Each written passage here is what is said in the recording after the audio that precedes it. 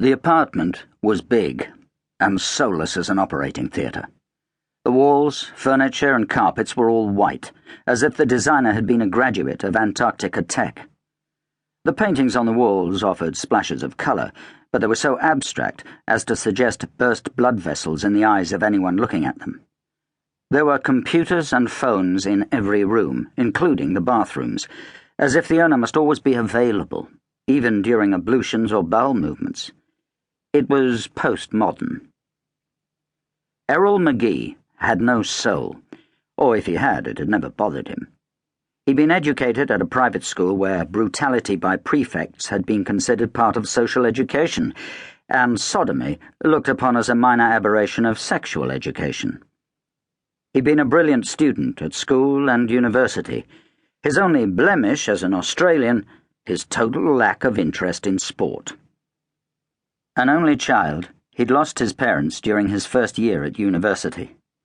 Paid up Australians both, dismayed by his lack of interest in sport, they'd taken up bungee jumping in the hope of inspiring him into some excitement. Unfortunately, during a double act in New Zealand, their rope had broken, and they'd plunged to their death in a splash that was like an explosion of their hopes. Errol had been dismayed by their death and its manner, but after 6 months he was over his grief and not looking back. That was 10 years ago.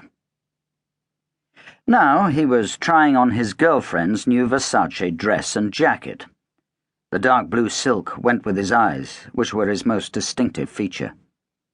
He was good-looking in an unremarkable way. His look sort of crept up on an observer.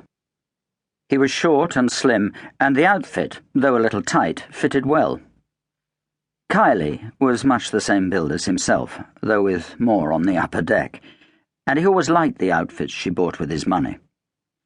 He undid his ponytail and let his blonde hair fall loose. He looked at himself in the full-length mirror. Not bad, though the dress and jacket would have looked better worn with something else but his black Reeboks. Kylie's shoes were too small for him, and, anyway, he felt awkward in high heels, tottering around like a drunken drag queen. He was not a drag queen, nor even a drag commoner. He was not gay nor bisexual, nor perverted. He just liked dressing up. Which was one reason why he'd never liked rugby at school, though today's one-day cricketers in their fancy pyjamas would have welcomed him. He'd never told Kylie that he liked dressing up in her clothes.